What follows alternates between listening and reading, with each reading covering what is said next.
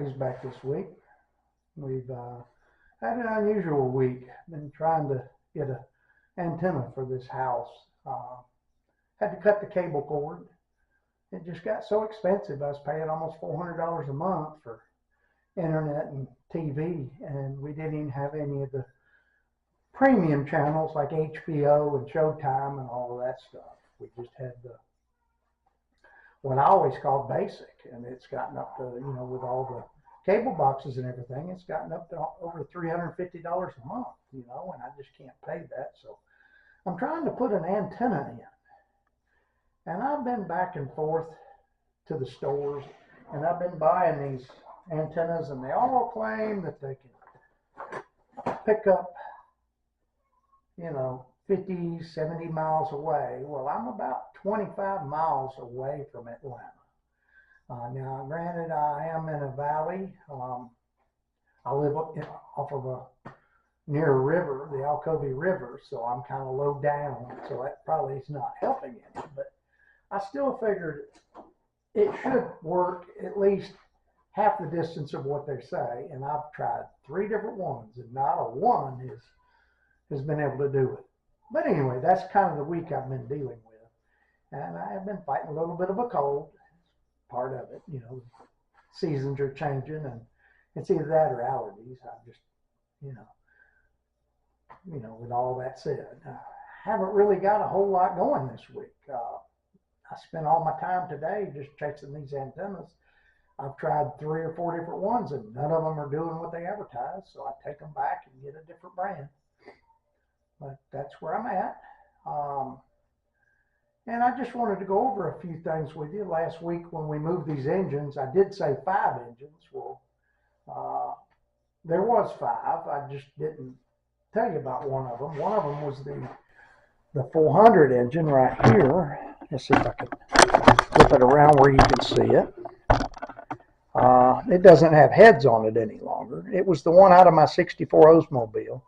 I had to let that go a few years ago because the car was in storage somewhere, and I had to get it out of there, so I had to just sell it, and I pulled the engine and transmission out of it since they weren't original to the car. That's a Pontiac engine that was in an Oldsmobile. So I went ahead and figured I'd just pull that out. It is a 68. I decoded it. It's a 68 400, 330 horse, and it is an HO. Is what the serial number said it was. And it had a set of heads, 16s castings, and they were from a 69 Ram Air 3, I think. So it was a conglomeration of parts. It had a 65 tri-power on it. So, like I said, it was just a bunch of parts my brother had thrown together back in the 70s before he sold me the car.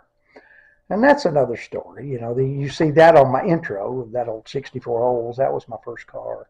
I wish I was able to keep it, and I wish I was restoring that instead of the Firebird. But it was going to be hard to get parts for. Everything was going to have to be hand fabricated because it was a 64 F85 Cutlass 442.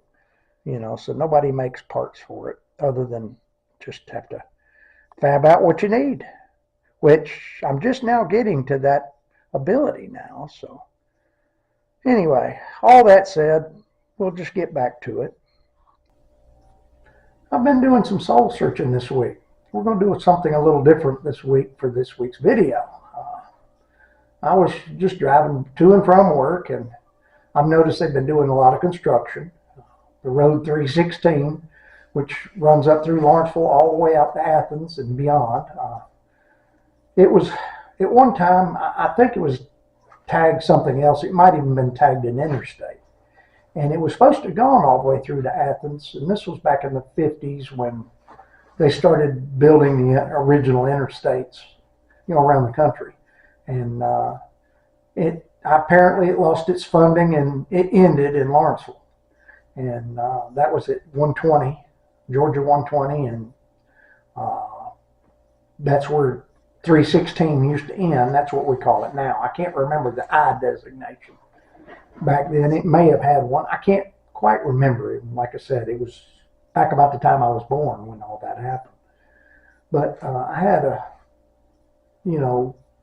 memory jogged this week, and they were clearing out and widening some of the intersection and going back and putting overpasses and exits and so forth into it, to where when they first paved it through, they just put traffic lights. Now they're trying to make it more of an expressway type setup, like originally it was supposed to have been done 60 plus years ago.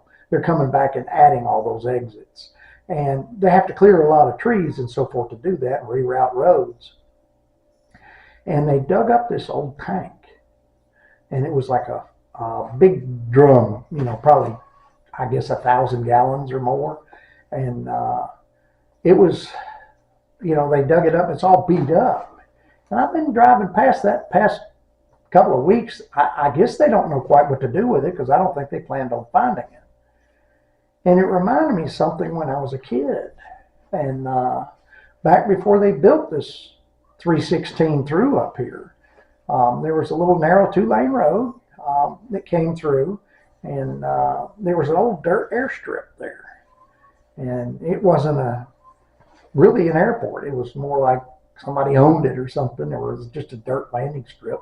Didn't have a control tower or anything, the best I can remember. And but apparently it was becoming one at the time. And someone had dropped off a big old tank, like with, I guess, for aviation fuel or whatever it was they were wanting it for.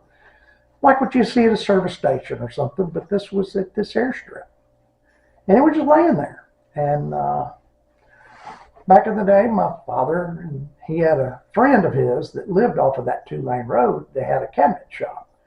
And my dad was a contractor, and that was a subcontractor of his, that built cabinets. And we'd come visit all the time. They were good friends. And he had just bought a new Jeep Wrangler, not Wrangler, they didn't call them that. It's a CJ5 back in those days. And it had the Renegade stripe on it. I remember it was a purple Jeep with a Renegade stripe. And he used to take us as all their kids. He had 3 sons, and then I had a younger brother and an older brother, but we were spread out quite a bit. So usually I was the only one that went along for the trip. Sometimes my little brother did, but my older brother, he was off doing his own thing by then. In the late 60s, he was already had his license and so forth, and he was out and about on his own, so he didn't come for all of that. But we had a good time with them, and he had a big open area behind that cabinet shop, which is where they put 316 through. That's where they lived. Their house was in the middle of that, all of that.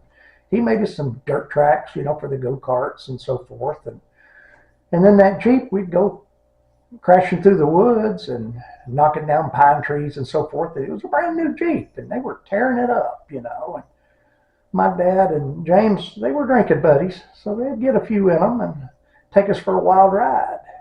Well, one day we came out of the trees, and lo and behold, we saw that big drum. And I think it might have been a dare or something. Somebody says, just you see if we can roll that around. We were pushing trees down, and it was tearing the Jeep up. Figured it'd just roll those into some of those trees and see what happened. Roll that big drum in there. And I remember when they hit it, it'd make a loud boom, like a bass drum. And we'd all giggle, as kids do. And we were in the back of that Jeep while they were up front. And next thing you know, we're rolling that around and pushing trees down. And it was getting all dented up. Somebody had just apparently bought that thing and ended up shoving it up into the woods and left it there. And apparently it was too badly damaged, so they never used it. They just left it. And the trees continued to grow, and 50 years later, they cut down all the trees, and there it was. So if you notice the thumbnail at the beginning of this video, that's that drum. They found it. And it brought back all those memories. I was about 10 or 11 years old. That had to be 1971, right around there. And then shortly after that, by 1980, they started building 316 through there, and they built that airport. They moved it a little bit, or I'm not quite sure exactly, but it became a real airport. It's somewhat of a larger airport now. It's not commercial, but it's definitely can land some big aircraft there. So it just brought back a lot of old memories. I figured I'd share that with you. But that old drum, it's kind of weird you see something like that. And I hope I don't get in any trouble. Statute of limitations, I'm sure, ran out a long time ago, and I wasn't but about 10 or 11, so I was a minor. Both of the two that are involved, adult-wise, I don't think they're, well, I know my father's not with us. He passed away in 81, so I'm not sure about, you know, the other one, but I'm sure they're probably both gone by now. So, but with that said, I figured it'd bring a chuckle to everybody if they saw it.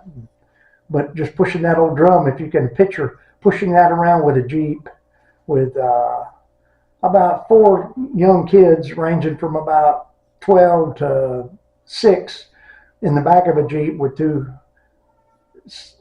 semi-drunk uh, men in their 40s, giggling and laughing, all of us, all 8 of us, or however many was piled in that Jeep at the time. So it was some good times, though.